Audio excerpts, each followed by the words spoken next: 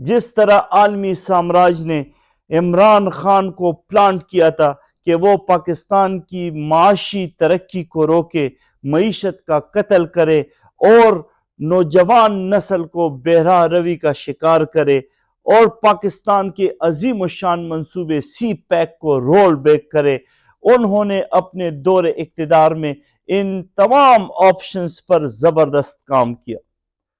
عمران خان کو عالمی سامراج قوتوں نے اسی ایجنڈے کے تحت میدان میں اتارا اور انہوں نے اس پر اپنے دور اقتدار میں بھرپور کام کیا، اور آج پاکستان کی یہ ابتر صورتحال یہ اسی سامراج قوتوں اور عمران خان کے گٹھ جوڑ کا نتیجہ ہے جس کو آج پاکستانی عوام بھگت رہی ہے۔ اور اس کی چھوٹی سی مثال اس صوبے خیبر پختونخوا میں عمران خان کے 9.5 سال حکومت ہے کہ جب ان کو 2013 میں حکومت ملی تو 70 سال کی تاریخ میں یہ صوبہ صرف 80 ارب روپے قرض دار تھا، اور آج حکومت چھوڑنے کے بعد آج ہمارا صوبہ 1002 ارب روپے قرض دار ہے۔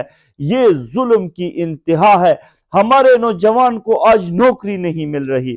آج امن و امان کی یہ صورتحال ہے کہ پشاور پولیس لائن جیسے محفوظ ترین مسجد میں دھماکہ ہوتا ہے اور ہمارے 102 گھروں سے جنازے اٹھتے ہیں۔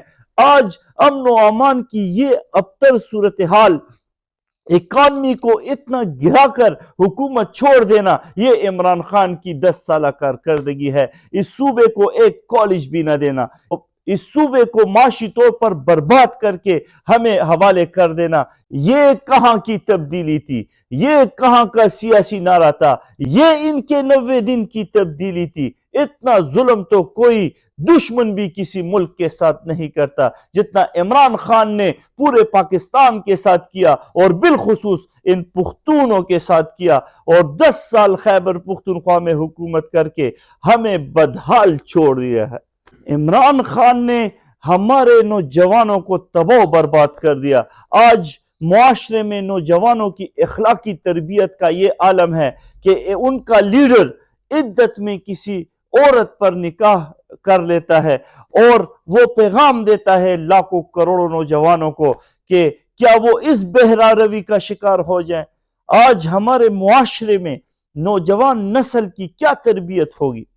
ہمارے نوجوانوں کو تہذیب سے دور کیا گیا۔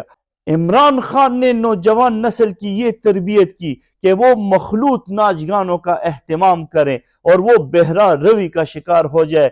ہمارا معاشرہ، ہمارا دین، وہ کبھی بھی ان باتوں کی اجازت نہیں دیتا، اور انشاءاللہ اب دور بدلے گا۔ ہمارے پشتون قوم الحمدللہ وہ پاکستان میں سب سے پہلے تبدیلی لاتے ہیں۔